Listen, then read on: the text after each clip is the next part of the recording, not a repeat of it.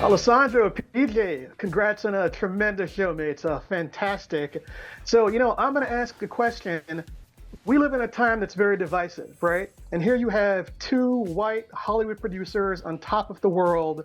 Why would they support Huey P. Newton, the leader of the Black Panther, the most wanted man in America? You kick us off because it's you that starts it. Yeah. Yeah. Well, I mean, I think at least as far as Burt was concerned, his reasons really evolved over the course of a few years, and which is really documented in the series. Where in the beginning, I think he had just come off producing the Monkees television series and having discovered that band, and he'd gotten really rich, but I don't think anybody took him all that seriously. And he was aware that the times were changing and that there was this kind of counterculture, youth culture that was maybe leaving him behind. And I think being associated with the Panthers and some of these like lefty causes gave him some sort of legitimacy, and it was like a new outfit to try on to, where people would take him seriously in a different way. But I think what happened was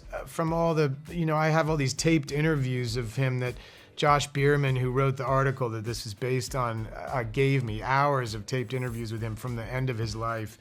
And I think he just basically fell in love with Huey Newton, like just absolute total obsession. He just thought he was the most incredible man on the planet. And he talked about him in terms of being the smartest man he'd ever met. And he was so awestruck by the amount of, how self-taught he was in prison, and that he learned to read Latin. And I mean, it was just, he was really truly awestruck by him as a man, and that really took over his life. And I think in those years leading up to the events of this series, it really became a total obsession of his to try and help Huey Newton's vision become realized.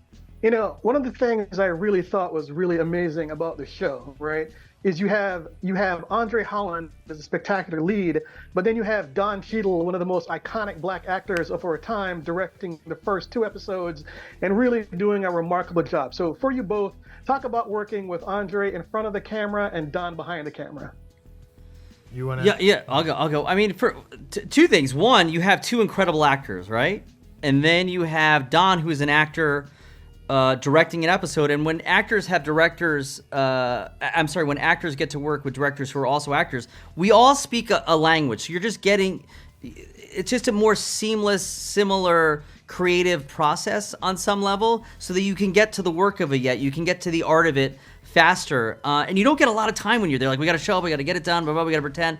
And then, having Andre be present and nailing it and pure, so that's a beautiful thing. And having Don share his vision with us so clearly and cleanly, I think that's how great art is able to sort of thrive and flourish. So for me, that was a special thing to do. And then to share this character with the world was, to play a real guy is always an exciting thing for me to do as well. It's magical.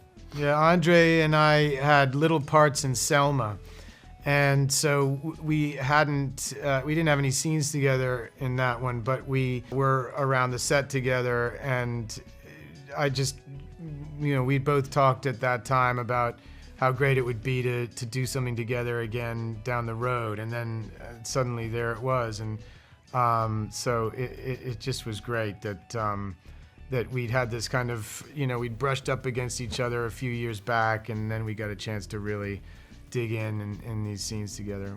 It was a privilege. Awesome. Thanks, guys. Tremendous show. I really enjoyed it. Awesome. Thank you. Thanks so much.